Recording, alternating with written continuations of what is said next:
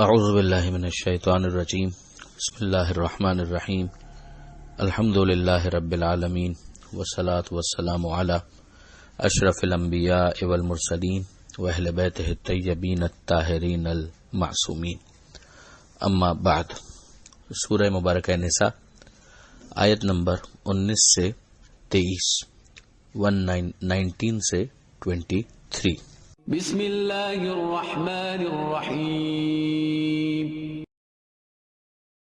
يا أيها الذين آمنوا لا يحل لكم أن ترثوا النساء كرها ولا تعضلوهن لتذهبوا ببعض ما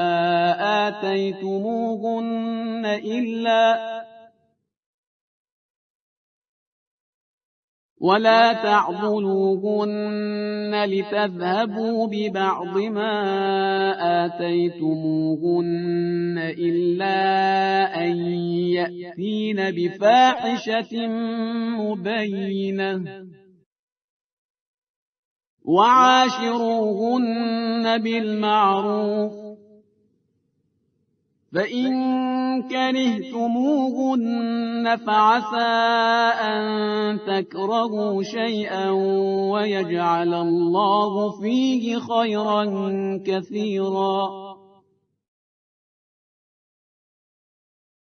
وإن أردتم استبدال زوج مكان زوج وآتيتم إحداهن قنطارا فلا تأخذوا منه شيئا، أتأخذونه بهتانا وإثما مبينا، وكيف تأخذونه وقد أفضى بعضكم إلى بعض وأخذن منكم ميثاقا غليظا، ولا تنكحوا ما نكح آباؤكم من النساء إلا ما قد سلف، إنه كان فاحشة ومقتا وساء سبيلا۔ حرمت عليكم أمهاتكم وبناتكم وأخواتكم وعماتكم وخالاتكم وبنات الأخ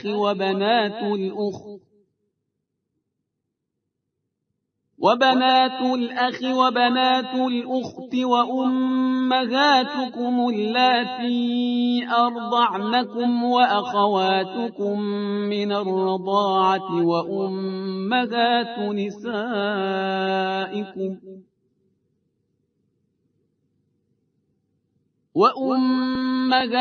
نسائكم وربائبكم اللاتي في حجوركم من نسائكم اللاتي دخلتم بهن، فإن لم تكونوا دخلتم بهن فلا جناح عليكم، وحلائل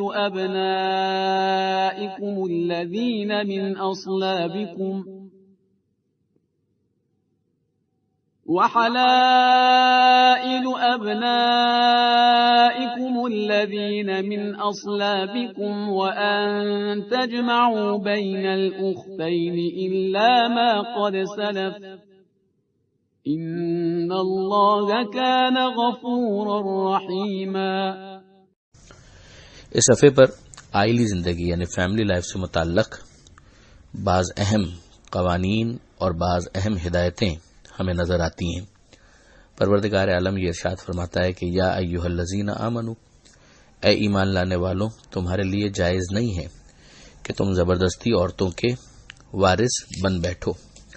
یہ جو زمانہ جاہلیت کے اندر ایک طریقہ کار تھا کہ خواتین کو میراث سے محروم کرنے کے لیے ایک طریقہ کار تھا کہ کسی شخص کے انتقال کے بعد جو اس کی بیوہ ہے اور کوئی دوسرا وارث ہو، خواہ وہ بیٹا ہی ہو، تو وہ وارث اس عورت کی میراث کی لالچ میں شوہر کے بعد خود اس کے سر پر کپڑا ڈال دیتا تھا کہ یہ اب میری زوجہ ہے۔ اور اس طرح اسے اپنی بیوی کہہ کر اسے گھر میں بند کر دیتا اور خود اس کے لیے کوئی مہر بھی معین نہیں کرتا۔ اس طریقے سے زبردستی ایک وارث بننے کی کوشش کی جاتی اور اس کی جتنی بھی وہ میراث انٹائٹلڈ ہوتی وہ ہتھیا لی جاتی تھی۔ تو اس سے یہاں پر روکا جا رہا ہے اور اس سے منع کیا جا رہا ہے۔ مزید پھر آگے ارشاد ہوا کہ ان پر زبردستی بھی نہ کرو، سختی بھی نہ کرو، لِتَذْهَبُوا بِبَعْضِ مَا آتَيْتُمُوهُنَّ، تاکہ وہ تمہیں اس میں سے جو تم نے ان کو عطا کیا ہے بعض تم کو لوٹا دے اور اس سے صرف نظر کرے۔ اس کے اندر یہ ملتا ہے کہ بعض افراد مہر کی لالچ میں کہ جو مہر ان کو دیا ہے اس کو یا تو واپس لے لیں یا اگر نہیں دیا ہے تو دینا ہی نہ پڑے، اس چکر کے اندر وہ سختی کیا کرتے تھے اور زبردستی کیا کرتے تھے۔ اس چیز سے بھی روکا جا رہا ہے۔ یہ ظاہر ہے کہ آج بھی ہمارے معاشرے کے اندر بہت سے افراد جو ہے وہ مہر کے بارے میں اتنے سنجیدہ نہیں ہوتے اور حساس نہیں ہوتے، تو یہ ان کے لیے بھی ایک نصیحت ہے۔ پھر پروردگار عالم فرماتا ہے کہ الا ان یاتینا بفاحشۃ مبینہ، مگر یہ کہ وہ کوئی کھلی ہوئی بدکاری کریں، تو اگر ایسا معاملہ ہو تو سختی کی اجازت دی گئی ہے۔ تو ظاہر ہے کہ شوہر جو آگے بھی بات آئے گی کہ اسے فیملی کا ایک ہیڈ تو بنایا گیا ہے، تو اب اس کی ذمہ داری ہے کہ وہ اپنے گھر کے لیے، اپنے گھر والوں کے لیے ایک اچھا ماحول فراہم کرے۔ تو اس کے اندر اسے بہرحال ایک نظر تو رکھنی ہے کہ کہیں ایسا نہ ہو کہ اس کی زوجہ جو ہے وہ کسی بدکاری کے اندر ملوث ہو، مگر اس کے لیے سب سے امپورٹنٹ چیز یہ ہوگی کہ وہ خود اپنے کردار کو بھی پاکیزہ رکھے۔ اگر وہ خود بدکاری کی طرف جائے گا تو ظاہر ہے کہ وہ ماحول پاکیزگی کے برعکس چلا جائے گا اور منفی رجحانات آنے لگیں گے۔ تو اسے خود اپنے کردار کو بھی پاکیزہ بنانا ہے، اور اگر اس کی زوجہ کے اندر خدا نہ کرے ایسی کوئی ٹینڈنسی پائی جاتی ہے تو اس کے اوپر بھی اسے نظر رکھنی چاہیے۔ مگر اس کا یہ قطعاً مطلب نہیں ہے کہ انسان خواہ مخواہ شک کر کر کے اپنے گھر کے ماحول کو جہنم بنا دے۔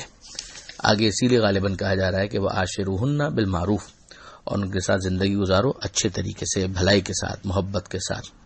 فَإِن كَرِهْتُمُوهُنَّ فَعَسَىٰ أَن تَكْرَهُوا شَيْئًا وَيَجْعَلَ اللَّهُ فِيهِ خَيْرًا كَثِيرًا، اور اگر تم ان کو ناپسند بھی کرتے ہو تو ممکن ہے کہ ایک چیز تمہیں ناپسند ہو اور اللہ نے اس میں تمہارے لیے خیر کثیر رکھا ہو۔ یہ طلاق کے رجحان کو کنٹرول کرنے کے لیے کہ طلاق حلال ہونے کے باوجود پسندیدہ تو نہیں ہے، لہذا ہم دیکھتے ہیں کہ پروردگار عالم نے اس طرح سے بھی شوہروں کو کنونس کیا ہے کہ ہو سکتا ہے کہ اللہ نے تمہارے لیے اس میں خیر کثیر رکھا ہو۔ یہ جنرلی بھی ہے کہ بہت ساری چیزیں زندگی کے اندر انسان کو ناپسند ہوتی ہیں، اس کی مرضی کے خلاف ہو رہی ہوتی ہیں، مگر بہرحال جو چھپا ہوا خیر ہے وہ اس سے پوشیدہ ہوتا ہے اور وہ اس کی طرف متوجہ نہیں ہوتا ہے، بعد میں کبھی زندگی کے کسی مرحلے میں احساس ہوتا ہے کہ یہ اس کے لیے بہت بہتر تھا۔ تو یہاں پر بھی ایک فائدہ تو یہی ہو سکتا ہے کہ پروردگار نے ان ازواج کے ذریعے سے ان کے لیے بہت اچھی اولاد رکھی ہو۔ پھر اس کے بعد جو اگلی آیت ہے اس میں ارشاد ہوا کہ وَإِنْ أَرَدْتُمْ اسْتِبْدَالَ زَوْجٍ مَكَانَ زَوْجٍ، کہ اگر تم ایک زوجہ کی جگہ دوسری زوجہ یا بیوی لانا چاہو، وَآتَيْتُمْ إِحْدَاهُنَّ قِنْطَارًا فَلَا تَأْخُذُوا مِنْهُ شَيْئًا، تو تم نے اگر پہلی والی کو زر کثیر بہت زیادہ مقدار میں رقم بھی دی ہو تو اس سے کچھ بھی واپس مت لو۔ یعنی اب وہ جو مہر والا جو معاملہ ہے اس کے حوالے سے پھر تاکید آ رہی ہے۔ پھر بہت سے افراد کا یہ جاہلیت کے زمانے میں طریقہ کار تھا کہ وہ مہر کو لینے کے لیے بدکاری کا الزام لگا دیتے تھے۔ مقصد یہ ہوتا تھا کہ کسی طریقے سے اس زوجہ سے جان چھوٹے اور اس کی جگہ دوسری زوجہ کو وہ لے کر آئے۔ یہاں پر سمجھایا جا رہا ہے کہ اگر ایسا ارادہ بھی تمہارا ہے تو بھی اس کا طریقہ بہتان نہیں ہونا چاہیے، مہر پر قبضہ نہیں ہونا چاہیے۔ مہر جو اس کا حق ہے وہ اس کو دو، اور اس سے روکا جا رہا ہے کہ کیا تم اس پر بہتان لگاؤ گے اور یہ کھلا وہ گناہ کرو گے، اور کب کیسے تم یہ کر سکتے ہو جبکہ تم ایک دوسرے کے قریب رہ چکے، ایک دوسرے کے ساتھ بہت کھلے الفاظ میں کہا جائے کہ سو چکے ہو، اور پھر اس کے بعد کہ تمہاری زوجہ نے تم سے ایک عہد و پیمان کیا ہے اور وہ پورا ہو چکا ہے، پھر اس کے بعد کوئی گنجائش باقی نہیں رہتی۔ پھر اگلی جو آیت ہے اس کے اندر اسی رسم بد کی طرف متوجہ کیا گیا ہے، وَلَا تَنْكِحُوا مَا نَكَحَ آبَاؤُكُم مِّنَ النِّسَاءِ إِلَّا مَا قَدْ سَلَفَ، کہ تم ان خواتین کے ساتھ نکاح نہیں کر سکتے کہ جو تمہارے باپ کی زوجیت میں رہ چکی، یعنی سوتیلے بیٹے کو یہ حق نہیں ہے کہ وہ اپنی سوتیلی ماں سے باپ کے انتقال کے بعد نکاح کا سوچے۔ الا ما قد سلف، جو ہو چکا اب وہ تو ہو چکا۔ اب ظاہر ہے کہ جس موقع پر یہ آیت نازل ہوئی تو اس وقت ایک بحث یہ بھی ہوئی کہ جن افراد کا اس طریقے کا معاملہ ہو چکا ہے تو اب ان کو جدا ہونا ہے یا نہیں ہونا، تو بہت سے علماء اسی بات کے قائل ہیں کہ ان کو بھی جدا ہو جانا تھا، مگر جو ہو چکا اس کو گناہ کے طور پر نہیں لیا جائے گا، اور آگے تو پھر یہ سلسلہ ہی ختم ہو گیا۔ انہ کان فاحشۃ و مقتا، یہ بڑا سخت گناہ ہے، ناراضگی کی بات ہے، وساء سبیلا، اور بہت ہی برا طریقہ ہے۔ اگلی آیت جو اس صفحے کی آخری آیت ہے، 23ویں آیت، اس میں ہمیں محرم کن کو قرار دیا گیا ہے ان کی ایک فہرست یہاں پر بیان کی جا رہی ہے۔ یہ 14 کیٹیگریز بنتی ہیں، 14، جن میں سے 13 اس آیت نمبر 23 میں ہے، اور 14ویں کیٹیگری اگلے صفحے کی پہلی لائن میں آپ کو نظر آئے گی۔ محرم یعنی وہ خواتین کہ جن کے ساتھ شادی جائز نہیں ہے۔ اب یہ جو 14 کی فہرست ہے، اس میں 12 وہ ہیں جو پرماننٹ محرم ہیں اور ان سے پردہ ساقط ہے، یعنی کھلے بالوں کے ساتھ بھی وہ آ سکتی ہیں ان افراد کے سامنے، اس لیے کہ یہ ان کے محرم ہیں۔ جو 13 اور 14 کیٹیگری ہے، 13ویں اور 14ویں، اس کے اندر ایک ٹیمپرری حرمت ہوتی ہے، لیکن اس کی وجہ سے پردہ ساقط نہیں ہوتا۔ ارشاد ہوتا ہے کہ حرمت علیکم امہاتکم، تمہارے لیے حرام کر دی گئی ہیں تمہاری مائیں، یہ پہلی کیٹیگری ہے۔ وبناتکم، تمہاری بیٹیاں، یہ دوسری کیٹیگری ہے۔ واخواتکم، تمہاری بہنیں، یہ تیسری کیٹیگری ہے۔ واماتکم، تمہاری پھپھیاں، یعنی تمہارے باپ کی بہنیں، یہ چوتھی کیٹیگری ہو گئی۔ وخالاتکم، تمہاری خالائیں، یعنی تمہاری ماؤں کی بہنیں، یہ پانچویں کیٹیگری ہے۔ وبنات الاخ، تمہاری بھتیجیاں، یعنی تمہارے بھائیوں کی بیٹیاں، چھٹی کیٹیگری۔ وبنات الاخت، اور تمہاری بہنوں کی بیٹیاں، یعنی تمہاری بھانجیاں، یہ ساتویں کیٹیگری ہو گئی۔ وامہاتکم اللاتی ارضعناکم، اور تمہاری وہ مائیں کہ جنہوں نے تمہیں دودھ پلایا۔ واخواتکم، اور ان کی وجہ سے تمہاری بہنیں بننے والی رضائی بہنیں، یعنی ان ماؤں کی بیٹیاں کہ جنہوں نے تم کو دودھ پلایا تھا، تو رضاعت کی وجہ سے وہ مائیں بھی تمہاری محرم ہو جائیں گی اور یہ بہنیں بھی تمہاری محرم ہو جائیں گی۔ اب رضاعت کتنی ہو، کتنا اس کے اندر فریکوینسی ہونی چاہیے، کتنا دودھ پیا ہو، کتنی مرتبہ پیا ہو، یہ ساری چیزیں فقہ کی کتابوں میں تفصیل کے ساتھ درج ہیں، وہاں پر اس کو دیکھا جا سکتا ہے۔ وامہات نسائکم، اور تمہاری بیویوں کی مائیں، یعنی تمہاری ساسیں یا خوش دامنیں، زیادہ بہتر اردو میں جو کہا جائے گا، وہ بھی تمہاری محرم ہے، یہ 10ویں کیٹیگری بن گئی۔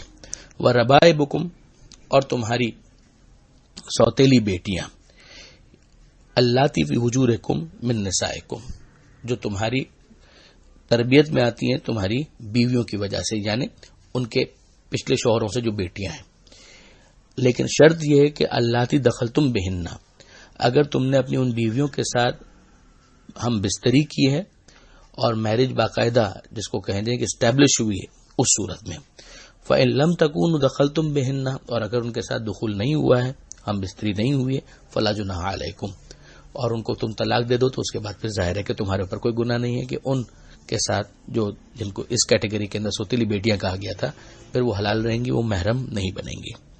وَحَلَائِلُ أَبْنَائِكُمْ، اور تمہاری بہویں، یعنی تمہارے بیٹوں کی بیویاں، یہ 12ویں کیٹیگری ہے۔